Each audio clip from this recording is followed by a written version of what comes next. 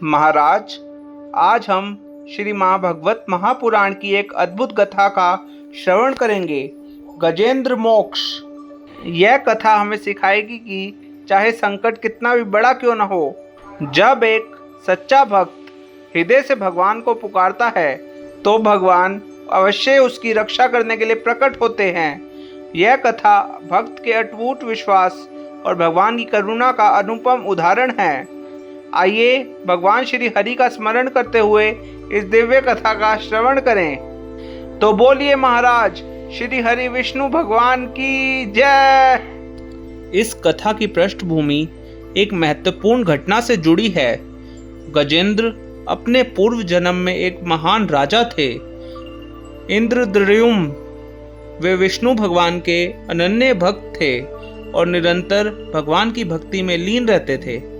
एक दिन वे गहरे ध्यान में बैठे थे, तभी एक अगस्त्य मुनि आए। राजा को ध्यानमग्न देखकर वे अपमानित महसूस हुए और क्रोधित होकर बोले, हे राजन, तुम अहंकार में इतने डूब गए हो कि महर्षियों की उपस्थिति का भी सम्मान नहीं करते। तुम ज्ञान से हीन होकर पशु के समान आचरण कर रहे हो, इसलिए अगले जन्म में तुम हाथी बनोगे। इस प्रकार अगस्त्य मुनि ने राजा इंद्रद्युम्न को हाथी होने का श्राप दे दिया। राजा ने इसे प्रभु की लीला मानकर स्वीकार किया और श्री हरि का ध्यान करते हुए अगले जन्म में एक विशाल गजराज के रूप में जन्म लिया।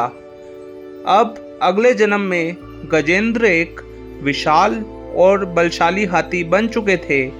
वह अपने झुंड के राजा थे और अनेक हनीनियों व हाथियों के साथ एक घने वन में निवास करते थे।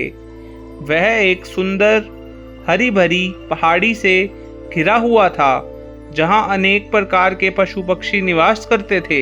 एक दिन गर्मी के कारण गजराज बहुत प्यासे हो गए। उन्होंने अपने परिवार व अन्य हाथियों के साथ एक सुंदर सरोवर में प्रवेश किया। वह जल में स्नान करने लगे और अपनी सूंड से जल छिड़क कर आनंद लेने लगे। परंतु उस सरोवर में एक भयंकर मगरमच्छ रहता था। वह अत्यंत बलशाली और क्रूर था। जब गजेंद्र ने जल में प्रवेश किया तो वह मगरमच्छ तुरंत उन पर झपटा और अपनी तेज दंत पंक्तियों से गजेंद्र के पैर को पकड़ लिया। गजेंद्र ने अपनी पूरी शक्ति लगाकर अपने पैर को छुड़ाने का प्रयास किया, लेकिन मगरमच्छ की पकड़ अत्यंत मजबूत थी। उसने गजेंद्र को और गहरे जल में खींचना शुरू कर दिया। यह संघर्ष कुछ क्षणों में नहीं बल्कि वर्षों तक चलता रहा। गजेंद्र विशाल और शक्तिशाली थे, लेकिन पानी उनका स्वाभाविक क्षेत्र नहीं था। दूसरी ओर मगरमच्छ जल में रहने वाला जीव था और वहाँ वह अधिक बलशाली था। धीरे धीरे गजेंद्र की शक्ति क्षीण होने लगी।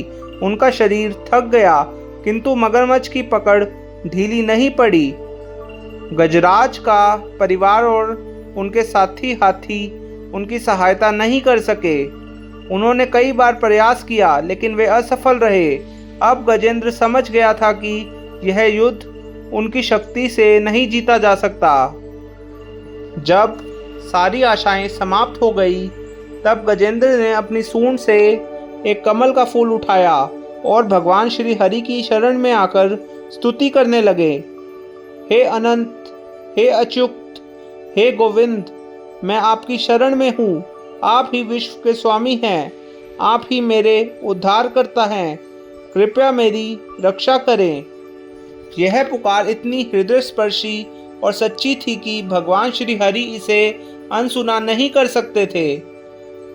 अपने सच्चे भक्त की पुकार सुनते ही भगवान विष्णु तुरंत गरुड़ जी पर सवार होकर दौड़े। वे देवलोक से पल भर में वहां पर पहुंच गए। उनके हाथ में सुदर्शन चक्र था और मुख पर भक्त की रक्षा का संकल्प।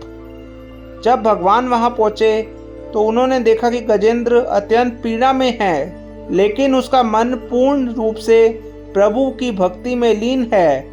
उसकी भक्ति देखकर भगवान ने तत्काल अपने सुदर्शन चक्र से मगरमच्छ का वध कर दिया। गजेंद्र की पीड़ा समाप्त हो गई। उसने अपने प्रभु के दर्शन किए और आनंद से अनुभूति होकर उनके चरणों में गिर पड़ा। भगवान ने गजेंद्र को आशीर्वाद दिया और कहा, वत्स, पिछले जन्म में तुम राजा इंद्रद्युम्न थे। तुम्हें ऋषि अगस्त्य के श्राप के कारण यह योनि प्राप्त हुई थी, लेकिन तुम्हारी भक्ति और मेरी शरणागति ने तुम्हें इस जन्म से मुक्त कर दिया है। अब तुम पुनः दिव्य रूप प्राप्त करोगे और वैकुंठ में निवास करोगे। यह कहकर भगवान ने अपने कर कलमों से गजेंद्र को आशीर्वाद दिया। उसी क्षण गजेंद्र के पुराने पाप समाप्त हो गए और वह दिव्य रूप धारण कर श्री हरि के साथ वैकुंठ धाम को प्रस्थान कर गया। इस कथा से हमें क्या शिक्षा मिलती है? भगवान की भक्ति ही सबसे बड़ा सहारा है। अहंकार या बल से नहीं, बल्कि भक्ति से ही उद्धार संभव है। भगवान अपने भक्त की पुकार को कभी अनसुना नहीं करते। शरणागति और निष्काम भक्ति से सभी संकट समाप्त हो जाते हैं। भगवान विष्णु सदा अपने भक्तों की रक्षा करने के लिए तत्पर रहते हैं। तो महाराज, इस कथा का श्रवण करने से हमें यह शिक्षा मिलती है कि जब भी संकट आए तो हमें ईश्वर की शरण में जाना चाहिए। उनका स्मरण ही हमें जीवन के सबसे कठिन क्षणों में शक्ति प्रदान करता है। विष्णु भगवान हमेशा अपने सच्चे भक्तों की मदद करने के लिए तत्पर रहते हैं। जब भी आप किसी भी मुसीबत में उनका स्मरण करेंगे, अपनी आंखें बंद कीजिए और विष्णु भगवान का स्मरण कीजिए। वह तुरंत आपकी मदद करने के लिए हाजिर हो जाएंगे। अगर वह अपना अवतार भी आपको ना दिखाएं तो भी वह आपकी समस्या का कुछ ना कुछ हल अवश्य निकाल देंगे। तो बोलिए भक्तजन, श्री हरि विष्णु भगवान की जय, कन्हैया लाल की, वृंदावन धाम की, राधा माता की जय, भगवान नरसिंह की जय। मिलेंगे आपसे अगली बार फिर से श्री महाभगवत पुराण महाकथा के 5वें भाग के साथ। अगले भाग में हम आपको भगवान श्री कृष्ण की लीलाओं के बारे में बताएंगे। जय कृष्ण हरे मुरारी की।